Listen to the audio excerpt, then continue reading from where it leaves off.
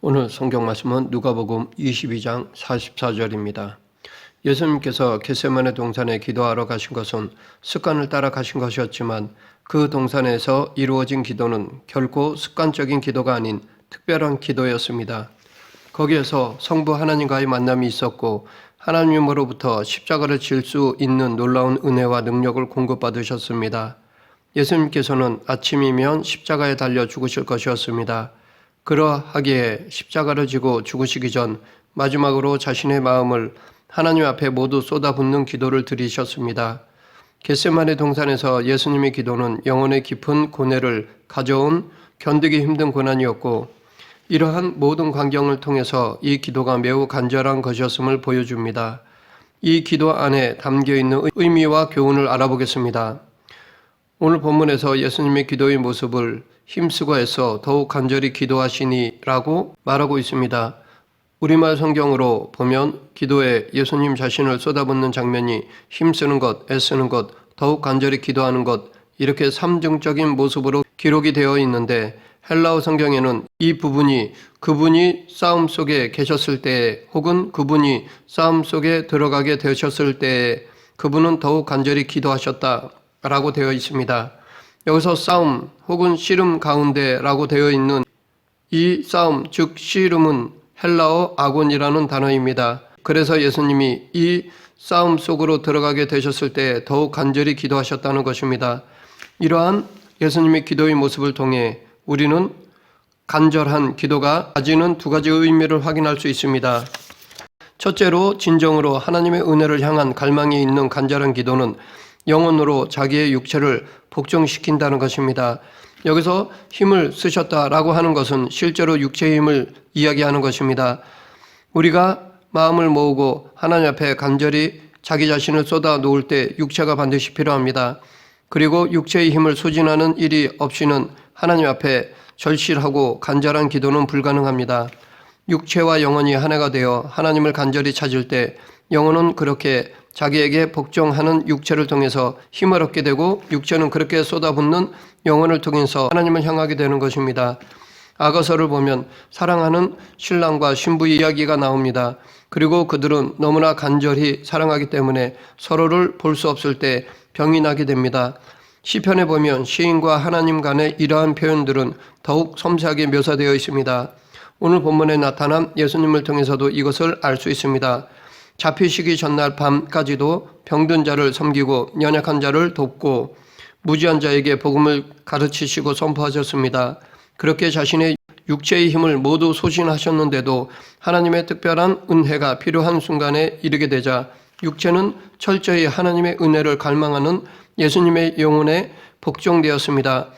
그래서 그 어느 때보다 더 간절한 영혼의 열렬함에 육체가 복종해 힘을 쏟으며 하나님을 찾는 일에 동참하였습니다. 그런데 우리의 모습을 돌아보면 너무 안타깝습니다. 우리는 육체를 이렇게 다루지 못합니다. 영혼이 육체를 장악하고 영혼이 원하는 대로 육체를 영혼과 하나가 되게 하지 못합니다. 그래서 계속 반복해서 미끄러지고 실패를 반복하는 것입니다. 혹자는 하나님은 당신이 있는 모습 그대로 받아주십니다. 그러나 받으신 후에는 하나님이 결코 그 모습 그대로 있도록 내버려 두시지 않습니다. 라고 합니다. 이것은 곧 하나님께서 당신을 닮기까지 우리를 다루신다는 것을 의미합니다. 어떻게 살든지 하나님께 계속 나를 받아달라고만 하는 것은 하나님의 뜻이 아닙니다. 하나님이 우리를 받으시지만 받으신 후에는 당신의 형상을 이룰 때까지 우리를 만들어 가십니다.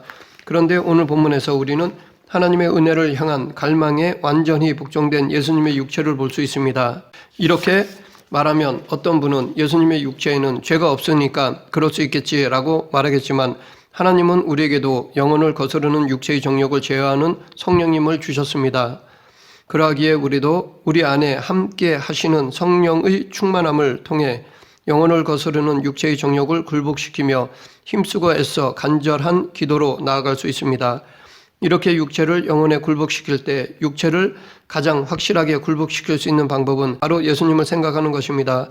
예수님이 당하신 그 고난 속에서 자신의 고난을 보고 그 속에서 이 세상이 얼마나 철저히 소망이 없는 곳이고 우리의 육체가 얼마나 유한한 육체인가라는 것을 자각하게 되는 것입니다. 그래서 우리의 육신을 영혼의 열망에 굴복시킴으로 육체가 굴복하는 것과 우리의 영혼이 정결케 되는 변화까지 함께 경험되는 것입니다. 둘째로 더욱 간절히 기도하시니 라고 되어 있는데 이것은 1차적으로 영혼의 움직임을 보여주는 것입니다. 여기에 더욱 간절히 라고 하는 말은 원래 헬라어로 내면으로부터 밖으로 쭉 뻗는다 라는 것을 의미합니다. 이 말이 사도행전 12장 5절에서도 사용되었는데 이에 베드로는 옥에 갇혔고 교회는 그를 위하여 간절히 빌더라 에서 간절히가 바로 오늘 본문과 동일한 의미로 사용된 것입니다. 사도행전에서는 원급이 사용되고 본문에서는 비교급 더욱 간절히가 사용된 것입니다. 무엇인가 힘 있는 것이 쭉 뻗으려고 할 때 장애물이 있어도 개의치 않고 쭉 뻗어나가는 것을 의미하는 헬라어에서 간절히라고 하는 단어가 나오게 된 것입니다.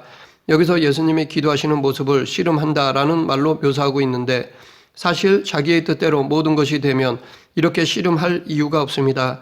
그런데 예수님께서 간절히 기도하셨다는 것은 예수님이 하나님과 신령한 교통을 갖고 기도를 올리며 기도 속에서 하나님께 신령한 영향을 받는 통로를 무엇인가가 막고 계속 위협하고 있다는 것입니다. 그럼에도 예수님의 마음의 소원이 강렬하기 때문에 그 어떤 위협이 들어와도 더욱 간절히 하나님 앞에 기도하시며 기도를 방해하는 것들을 물리치시며 계속 더 강하게 하나님께로 나아가신 것입니다. 하나님의 은혜가 우리 안에 불러 일으켜지고 우리가 정말 하나님의 은혜에 대한 갈망을 갖게 되면 우리가 알기 전에 먼저 우리의 죄가 그것을 감지하고 사단이 그것을 감지합니다. 그리고 그 뜻대로 살지 않으려고 하는 우리의 육체가 뒤따라 그것을 감지하게 됩니다. 그러면 죄는 은혜의 번성함을 통해 자기가 죽임을 당할 테니 살아남기 위해서 무엇인가 방책을 마련하게 될 것이고 사단은 우리를 자신의 마음대로 움직이기 위해서 적극적으로 죄를 보호하게 되어 있습니다. 이때 사단의 마지막 유일한 우군이 있는데 그것은 바로 게으르기 좋아하는 육체입니다. 그리고 우리는 그것을 손잡으려 합니다. 마찬가지로 본문에서도 피곤에 지쳐 잠든 제자들처럼 육체로 보면 예수님도 거기에서 잠드실 수밖에 없는 자신을 소진한 피곤한 상태였습니다. 예수님께서 잠든 제자들을 향해 마음에는 원이로되 라고 말씀하신 것을 보아 제자들 또한 기도하고자 하는 마음이 있었다는 것을 알 수 있습니다. 그런데 그 다음 제자들에게 하신 말씀이 육신이 약하도다입니다. 즉 마음은 하고자 하는 원이 있지만 육신이 약하여 그렇게 할 수 없었다는 것입니다. 여기에서 예수님이 제자들과 보인 차이는 둘 다 기도하고자 하는 마음의 원이 있었는데 제자들은 게으른 육체에 졌고 예수님은 그 육체를 이겼다는 것입니다. 그래서 예수님은 하나님 앞에 자기를 쏟아 부으며 간절히 기도하실 수 있었던 것입니다. 여러 가지 많은 장애 요인이 있었지만 예수님의 그 간절함은 모든 장애물들을 뚫고 계속 뻗어나갔고 예수님의 영혼의 상태가 그러했기 때문에 자기를 바치는 간절한 기도를 하나님 앞에 드리고 십자가에서 능히 승리하실 수 있었던 것입니다. 반면 제자들은 예수님이 그 십자가를 지는 그 순간에 모두 패배하고 도망을 가게 되었던 것입니다. 이처럼 간절함은 장애를 극복하게 하는 힘이 있습니다. 간절함은 장애물들을 물리치고 최후에 자신이 가지고 있는 모든 소원을 성취하게 하는 능력이 있습니다. 그러면 어떻게 우리는 기도를 방해하는 여러 상황에서 간절한 기도의 영을 유지할 수 있을까요? 우선 첫 번째로 기도 속에서 끊임없이 흐트러지려는 자신의 마음을 모으는 노력이 필요합니다. 집중하는 기도는 무릎을 꿇고 기도하기 위해 엎드렸을 때 세상도 없고 나도 없고 모두 사라지고 오직 하나님 앞에 기도가 간절하게 쏟아져 자신의 마음이 하나님께로 흘러 들어가는 것 같은 기도입니다. 대부분의 사람들은 기도할 때 끊임없이 마음에 오가는 쓸데없는 생각들, 어떤 때는 아주 죄악된 생각일 수도 있고 혹은 죄와는 상관이 없지만 전혀 쓸모없는 공상과 같은 생각들이 마음에서 계속 떠오릅니다. 그렇게 되면 하나님 앞에 간절히 기도하는 것이 불가능합니다. 예를 들어 햇빛이 비치면 그 햇빛 때문에 화재가 나는 법은 없습니다. 그러나 조그만 볼록렌즈 하나만 있으면 온 산을 태울 수도 있습니다. 무엇 때문일까요? 빛을 모으는 것입니다. 가만 놔두면 퍼질 빛을 한 곳으로 집중시켜 모으는 것입니다. 종이를 불태우기 위해서는 접시만한 볼록렌즈가 필요한 것이 아니라 안경 돋보기 많은 것 하나만 있으면 됩니다. 그것으로 종이를 태우고 온 집과 산을 태울 수도 있는 것입니다. 집중의 힘이 이렇게 무서운 것입니다. 그래서 사단은 어떻게 하든 기도를 실패하게 하려고 마음을 흔들어 놓는 것입니다. 그러하기에 우리는 모아진 마음은 흐트러지지 않게 지켜야 하고 흐트러지려고 하는 마음을 한 곳으로 모으는 것이 필요합니다. 마음을 지키는 것은 기도할 때만 필요한 것이 아니라 삶 자체가 기도하기 위한 준비라고 생각하고 살아야 합니다. 기도하기 위해서 살고 살기 위해서 기도하는 것입니다. 이렇게 기도의 자리에 나와야 하며 기도하는 시간에도 마음을 분산시키는 수많은 생각들과 싸우려는 의지를 가져야 합니다. 다음으로 기도의 간절함을 유지하기 위한 실제적인 지침들 가운데 두 번째는 마음을 모으는 것과도 일맥상통한데 항상 형식적인 기도를 경계하고 기도하는 매 순간 진실해지려고 노력해야 합니다. 간절히 기도할 수 있는 은혜로운 정서가 우리 안에 불러 일으켜져야 하는데 그러기 위해서는 진실함이 필요합니다. 유창한 기도를 못한다 할지라도 비록 어린아이처럼 말을 잘 잊지 못한다 하더라도 자신 속에 있는 진심을 토하는 기도는 사람들에게는 감동을 주지 못할지 모르나 하나님은 그런 사람들의 기도에 함께 하십니다. 의미 없이 부르짖는 큰 소리, 진실함이 담기지 않는 유창한 기도가 있는 곳에 하나님이 함께 하시는 것이 아닙니다. 하나님 앞에 기도할 때 진실하게 기도하려고 하면 할수록 우리의 마음은 모아집니다. 왜냐하면 자기도 뭐라고 하는지도 모르는 습관적인 나열하는 것으로는 진실해질 수 없기 때문입니다. 그래서 마음에서 우러나오는 것, 진실이라고 하는 것은 자기 마음속에서 나오는 것인데 진실한 기도를 하려고 하다 보면 결국 마음이 모아지게 됩니다. 그리고 거기에서부터 어느 순간에 성령의 은혜를 충만히 부어주셔서 우리들이 진실해지고 우리로 하여금 간절하게 기도할 수 있게 해주는 것입니다. 큰 소리로 부르짖어 기도하자고 제안하지 않아도 이렇게 진실하게 기도하려고 할 때 이 기도의 간절함을 유지할 수 있는 것입니다. 주님이 원하시는 것은 아름다운 표현이나 시 같은 섬세한 기도의 묘사가 아닙니다. 주님이 원하시는 것은 말에 말을 잇지 못해도 영혼 속에서 토해져 나오는 신음과 같은 진심, 그런 기도를 하나님께서 원하시는 것입니다. 이런 간절함을 유지하기 위해 마지막 세 번째는 예수님의 십자가 고난을 묵상하는 것입니다. 특별히 고난 받으시기 직전에 기도하신 이 겟세마네 동산의 기도를 묵상하는 것은 우리로 하여금 하나님 앞에 간절한 기도를 유지하도록 돕는 훌륭한 방편이 됩니다. 여기서 예수님께서는 땀이 땅에 떨어지는 핏방울 같이 될 정도였는데 이것은 예수님께서 통곡하시며 기도하신 것입니다. 그 증거가 히브리서에 나와 있습니다. 히브리서 5장 7절 그는 육체에 계실 때에 자기를 죽음에서 능히 구원하실 이에게 심한 통곡과 눈물로 간구와 소원을 올렸고 그의 경외하심을 인하여 들었느니라. 예수님의 전생애가 심한 통곡과 눈물로 올린 기도였지만 특별히 히브리서 5장에서 염두에 두고 있는 것은 바로 겟세마네 동산에서의 기도의 장면입니다. 우리에게 이렇게 간절히 매달려야 할 십자가가 있습니까?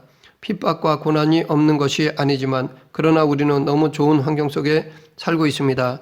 단 한 번 주님을 위해서 죽기를 결심한 것보다 어려운 것은 매 순간 그런 결심을 유지하고 일평생 사는 것입니다. 정말 우리에게 남아있는 마지막 십자가가 있다면 이러한 마음으로 지는 기도의 십자가입니다. 이렇게 예수님을 묵상하는 것이 이런 간절함을 유지하는 데 도움을 줍니다. 기도의 시름을 이기기 위해서는 예수님께서 하셨던 것처럼 우리를 저항하는 세력보다 더 간절히 기도하는 것밖에는 없습니다. 하나님께서는 사면을 두루 살피시며 이처럼 자기를 간절히 찾는 자가 있는지를 찾으시고 당신 앞에 이렇게 부르짖는 간절한 기도의 사람들에게 귀를 기울이십니다. 그가 죄인이면 그 죄를 사하시고 그가 곤궁한 가운데 빠진 사람이면 하나님께서 특별히 그를 먼저 도와주십니다. 갈 바를 알지 못해서 하나님 앞에 지혜를 구하는 사람들에게는 말씀으로 그 갈 바를 보이시고 하나님의 마음을 깨닫게 만들어 주셔서 자신의 능력이 부족함으로 인해 불순종하는 일이 없도록 도와주십니다.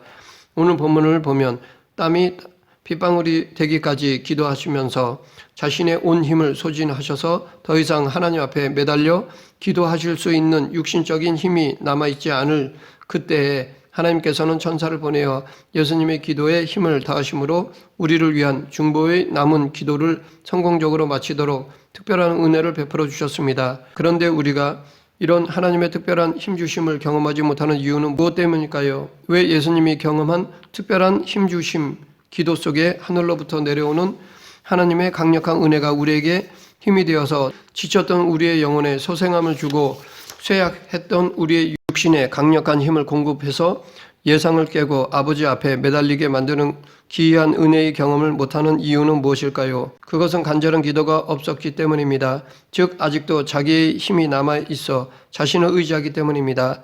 너무 힘들고 지쳐서 숨을 쉴 기운조차 없게 되었을 때 하나님 앞에 무릎을 꿇으면 기도의 제목은 산더미처럼 쌓여 있어도 기도할 힘이 없습니다. 특별히 몸이 질병 상태에 있을 때에는 마음도 상하고 하나님 앞에 너무 힘겹습니다.